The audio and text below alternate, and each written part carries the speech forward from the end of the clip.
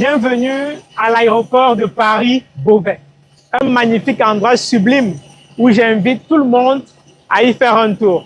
Donc si vous n'avez jamais pris l'avion, c'est peut-être l'occasion de voir l'environnement, de voir comment il est tout beau. Et pourquoi pas dans les jours à venir, espérer également un projet qui va se concrétiser à partir de ce point de départ. Pour ce week-end qui s'annonce, je vais du côté de Suspense, donc je vous amène avec moi.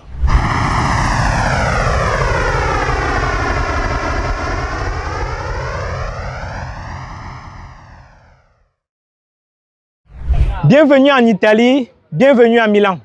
Donc je suis dans cette magnifique ville depuis déjà un week-end et c'est vraiment juste extraordinaire. Donc vous pouvez voir comme ça sur ces photos-là qui défilent les moments de joie, des moments de tourisme, des moments de balade urbaine que j'ai fait dans cette magnifique ville. Donc je vous invite aussi, si vous êtes du côté de l'Europe, dans l'espace Schengen, à venir également visiter cette magnifique ville qui regorge vraiment d'un potentiel extraordinaire. Voilà, donc vous pouvez contempler déjà là où je suis au niveau de la gare centrale de Milan. Donc vous pouvez déjà voir comme ça ce magnifique paysage qui est très beau. Je pense qu'il y a plein de monde là qui se réunit, la majorité pour attendre leur train.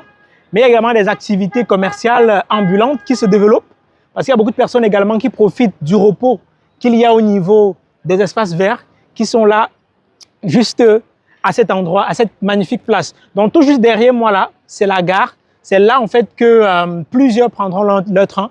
Et moi tout à l'heure également, je devrais aller là-bas pour prendre mon train afin de rejoindre l'aéroport, afin de dire bye bye à Milan pour retrouver Paris et recommencer le boulot.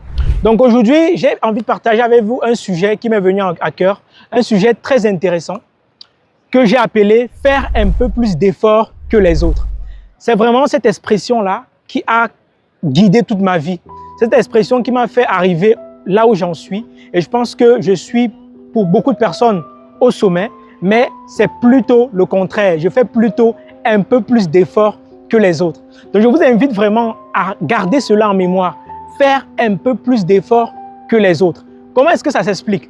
Il faut savoir que le fait de faire un peu plus que les autres est un peu en contradiction avec l'excellence absolue. Parce qu'il faut vous dire, moi, j'ai jamais été excellent.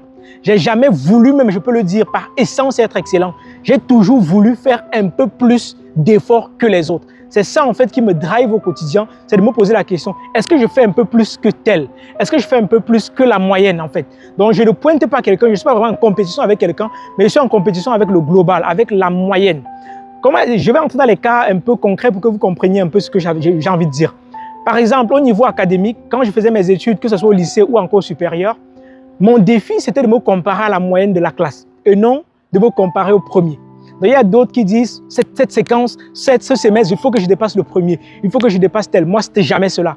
Moi, ce que j'avais en tête, c'est est-ce que je fais plus que la moyenne de la classe? La moyenne, c'est quoi? Lorsque vous avez vos relevés de notes, il y a parfois une moyenne là qu'on appelle moyenne de la classe. Ça veut dire que vous pouvez avoir aujourd'hui 13 de moyenne, mais la moyenne de la classe est à 11. Ça veut dire que vous dépassez la moyenne de 2.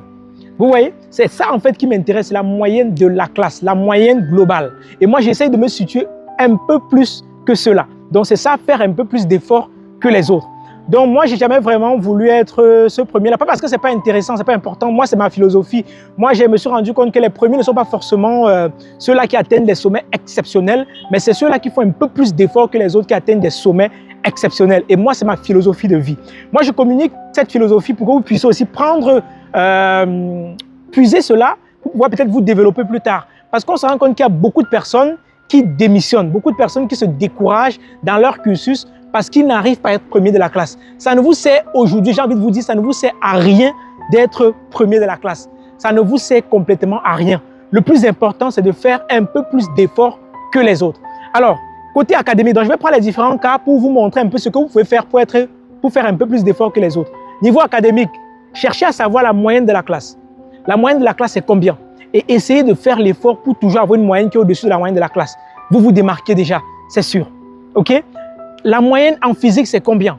La moyenne de la classe en physique, c'est combien? Cherchez à être au-dessus de cette moyenne en physique.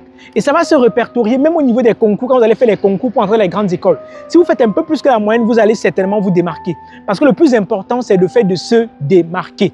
C'est ça en fait. Si vous êtes dans la moyenne, eh bien vous êtes inférieur à la moyenne. Ça veut simplement dire que vous ne vous démarquez pas du tout. OK? Donc, faire un peu plus que d'efforts, c'est également spirituel, c'est vraiment tout à la fois. Au niveau des informations, moi, dans ma classe, par exemple, je vais vous faire une confidence, j'avais toujours un peu plus d'informations que mes camarades. Et ça pesait à ma faveur. Ça veut dire que quand moi, je finis mon baccalauréat, je sais exactement où je veux aller.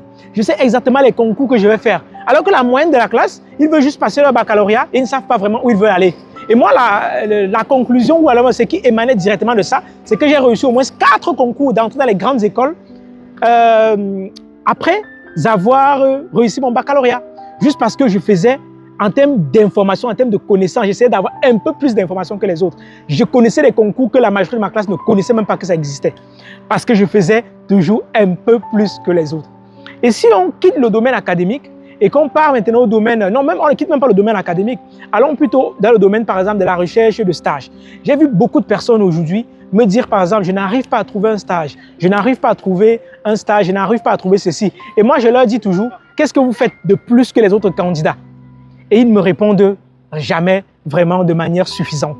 Parce qu'ils vont juste dire, je fais un CV, je fais une lettre de motivation et si j'envoie, non. Dites-vous toujours, posez-vous toujours cette question, qu'est-ce que je fais plus que les candidats? Je vais vous donner quelques secrets au niveau des stages qui peuvent vous démarquer de la concurrence. Premièrement, c'est la date de candidature. Moi, j'ai remarqué que les gens, lorsqu'ils reçoivent une offre, ils regardent plutôt la date de clôture de l'offre. Ça veut dire qu'on clôture le stage, on clôture le recrutement, quelle date? C'est la date là qu'ils regardent. Et ils candidatent souvent une semaine avant la fermeture des candidatures ou 2 jours avant. Mais ce qu'ils ne savent pas, c'est qu'il y a des gens qui regardent plutôt la date d'ouverture. Et ils se rassurent que le même jour où il reçoit l'offre, si on dit que l'offre, par exemple, il a reçu l'offre aujourd'hui, c'est mardi, et que les candidatures vont jusqu'à dimanche, lui candidate le même mardi. Ça veut dire qu'il fait un peu plus que la moyenne. La moyenne va candidater peut-être mercredi, jeudi, le temps de constituer le dossier. Donc vous voyez, donc il faut toujours faire un peu plus que les autres. C'est comme ça que vous pouvez vous démarquer au niveau des stages. Vous pouvez également vous démarquer à travers vos lettres de motivation. Est-ce qu'elles sont suffisamment pertinentes? Est-ce que vos CV sont suffisamment pertinents? Posez-vous ces questions-là. C'est très important parce que beaucoup de personnes, comme la majorité, partent sur Internet, sur les sites de stage, ils remplissent des informations, ils sortent un CV là classique, ils partent sur Internet, ils téléchargent une lettre de motivation et ils envoient au recruteur. Ça veut dire tout simplement que vous faites comme les autres. Vous ne pouvez pas vous démarquer dans ce sens-là. Et moi, ça m'a valu du succès également parce que moi, j'étais parmi les rares étudiants qui ont pu avoir le stage en France dès ma première année. Pourquoi j'étais parmi les rares? Parce que le stage, effectivement, il faut vous dire que c'est très difficile d'avoir. Et moi, quels étaient mes secrets? C'est exactement ce que je suis en train de vous dire. Premièrement, je ne regardais pas la date de fermeture des candidatures, mais je regardais dès lors que je tombais sur une offre, il fallait que je candidate dans les 48 heures maximum. C'est-à-dire que je me démarquais en termes de rapidité, je me démarquais en termes de personnalisation de la lettre de motivation, je me démarquais en termes de personnalisation du CV.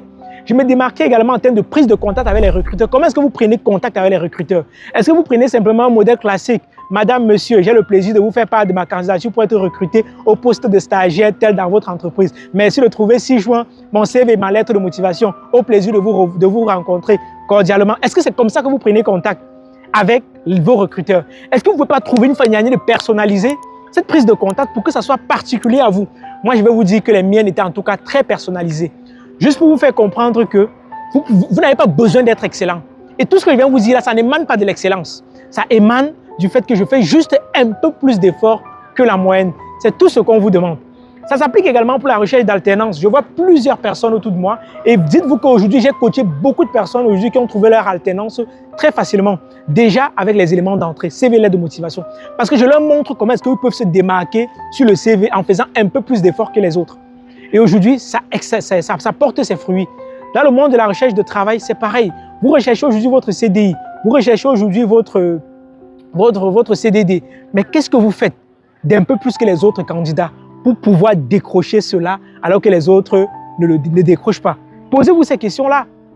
Posez-vous ces questions. Sinon, vous n'aurez pas l'occasion de visiter les pays comme moi. J'ai ma valise là encore parce que je vais rentrer tout à l'heure. Parce que le prix de votre vie, c'est le prix des efforts que vous faites. Et le prix de cet effort-là n'est pas obligé d'être excellent. Certains cherchent à arriver à l'excellent et s'épuisent. Je connais beaucoup de personnes qui ont fait des nuits blanches. Moi, je vais vous dire la vérité, j'ai rarement fait des nuits blanches dans ma vie. Très rarement. Je connais beaucoup de personnes qui s'épuisent. Ils s'épuisent à faire des nuits blanches, à faire des nuits blanches, une nuit blanche. Mais derrière, en fait, ce n'est pas ça le secret. Le secret, c'est de regarder la classe moyenne. Qu'est-ce que les gens font de manière générale? Combien est-ce que les gens font? Combien d'heures est-ce que les gens étudient? Les gens étudient 3 heures par jour. Étudient 3 heures, 5 minutes, ça suffit. Les gens étudient 4 heures par jour, étudient 4 heures 5 minutes, ça suffit. Les gens envoient des CV, essayent de faire un CV personnalisé, ça suffit. Les gens ont 12 de moyenne, essayent d'avoir 12,01 de moyenne académique, ça suffit. C'est ça qui veut dire faire un peu plus d'efforts que les autres. Ça vous garantit que vous n'allez pas vous épuiser. Et si vous ne vous épuisez pas, vous pourrez aller très, très, très loin. Voilà. Donc, j'espère que le message est passé. Et ce message-là peut se dupliquer dans tous les domaines. Faire un peu plus d'efforts que les autres. J'ai envie de dire que la moyenne, que la majorité. Faire un peu plus d'efforts que la moyenne, faire un peu plus d'efforts que la majorité. Vous allez certainement atteindre des niveaux exceptionnels sans vous épuiser. Alors, c'était un plaisir en tout cas de faire cette vidéo, de partager ce moment-là, cette inspiration que j'ai eue là quand j'étais ici même encore, j'y suis toujours, à Milan, pour ma visite. Donc, je vous souhaite en tout cas d'ancrer cela dans votre quotidien, de dupliquer cela dans toutes vos activités, que ce soit à la maison, que ce soit au travail, que ce soit à l'école, et vous allez simplement voir les fruits. Allez, je vous propose de vous abonner, de partager massivement de la plateforme où vous regardez cette vidéo, pour toujours regarder des contenus toujours plus intéressants. Bye!